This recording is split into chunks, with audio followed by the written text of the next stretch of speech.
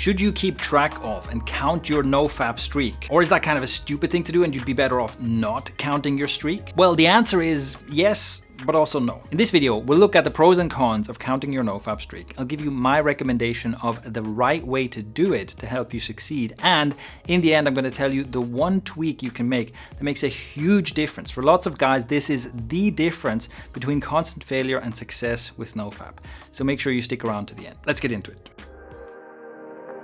Lots of guys who do NoFap count their days. They count how many days since my last relapse. And the idea is, the longer your streak, the better. This makes sense, but there are actually some serious disadvantages to doing this. And the primary one is that it can lead you to be overly obsessive about your streak count. You basically end up caring too much about this number. You make being a NoFap person too much of your identity, and it can lead to a total overreaction and meltdown when you have a relapse. In fact, the focus on this number as it grows larger and larger can put an immense pressure on you and can feel very stressful. That stress can be a trigger to relapse.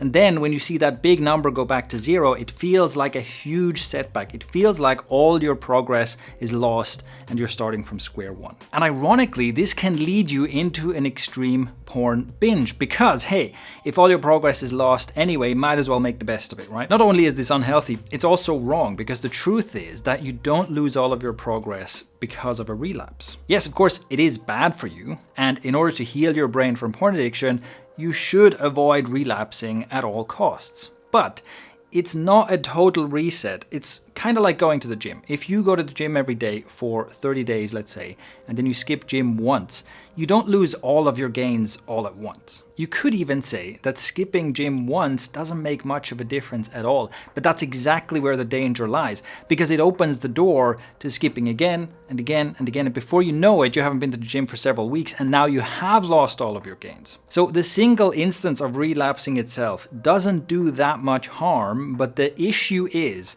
that it kind of opens the door to a slippery slope that can lead you to lose all of your gains. So this is the same for working out or sticking with your diet, and it's the same for your NoFap streak. So we have to be real about this. The reality is that you lose some but not all of your progress, but it's also extremely important to get back on your streak as quickly as possible. Now, this brings us to some advantages of counting your NoFap streak. Quite simply, keeping a streak count and seeing that number increase every day is a huge source of motivation for lots of guys. It gives you that sense of progress and it feels like every day is a win.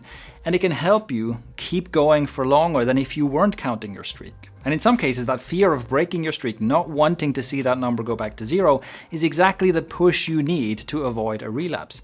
So that's great, right? But if we look at these pros and these cons, what is the conclusion? So should you count your streak or shouldn't you count your streak? The good news is there is a perfect solution that gives you the best of both worlds. Count your streak until you reach day 100 and then stop counting. Here's why this is the best solution. Overcoming your porn addiction is especially difficult in the beginning. Most guys struggle a lot in the first 5 to 10 days or so. And then after that, for the first few months, you might have urges come in waves, right? So you might have an easy time for a few weeks and then suddenly strong urges come in again and then it gets better. But over time, these waves become weaker and further apart. So use the boost in motivation that you get from counting your streak in order to help yourself get to 100 days. This is an important and huge milestone to reach. But it is also a good time to stop counting, because beyond 100 days, being porn-free should really become your new norm. So at this point, it should no longer be something that you think about all the time, that you need to keep track of, that where you need to fight your urges and so on. And you want to encourage this mindset shift in yourself, where watching porn goes from something you actively avoid to something you just don't do. Remember, the goal is not to heroically fight this addiction for the rest of your life.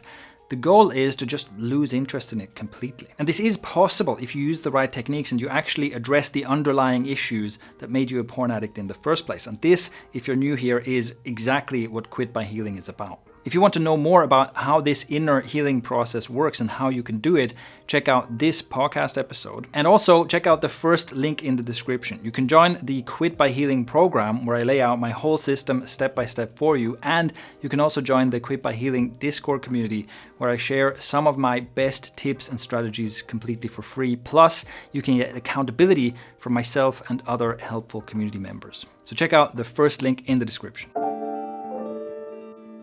Now, like I said, there's one more thing you can do. There's one tweak you can make to give yourself much better chances of success. Instead of just counting your NoFap streak, count two separate things. One, your number of porn-free days, and two, your number of masturbation-free days. I've explained this in greater detail elsewhere, so let me just give you a very quick summary of why this works so well. Pornography is highly addictive, and used excessively, it's really bad for your mental health and for your ability to relate to other people. In short, porn is toxic. But what about masturbation without porn? Well, it turns out this is relatively harmless. Yes, even without using pornography, you can masturbate excessively, and it's not the best thing you can do for your dopamine system, but it's about 100 times less harmful than pornography. And so your top priority is to get porn free.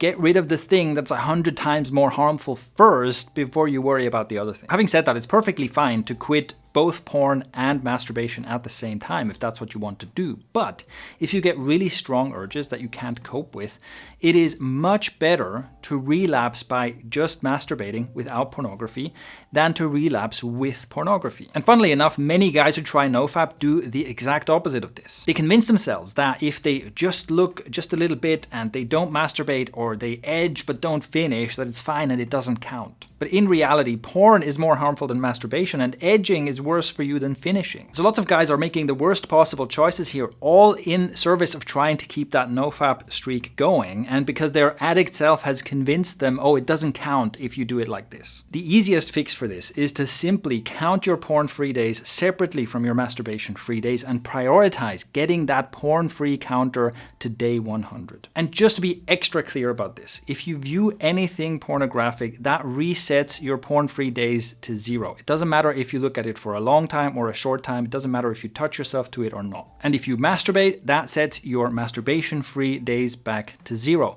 Doesn't matter if you finish or not, and it doesn't matter if you viewed porn to it or not.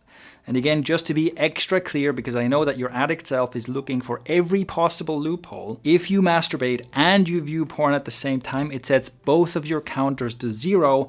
Doesn't matter how long you did it or whether you finished or not. It's really very, very simple. And also check out this video where I answer all of the various questions about is this a relapse or not. So there it is. That's the ideal solution. This is the best combination of things to do to give yourself the highest chance of succeeding at overcoming porn addiction. You now know the pros and the cons of counting your NoFap streak. You know that it's best to count your porn-free days and your masturbation-free days separately. And you know that it's best to count to 100 and then stop counting. Check out the first link in the description to join the Quit by Healing community and get access to all of my best tools and strategies for beating porn addiction for good. And if you appreciate the content I put out, leave a like and leave a quick comment below for the algorithm. It really makes a huge difference. I want to get this information out to as many guys as possible, but I can only do it with your help.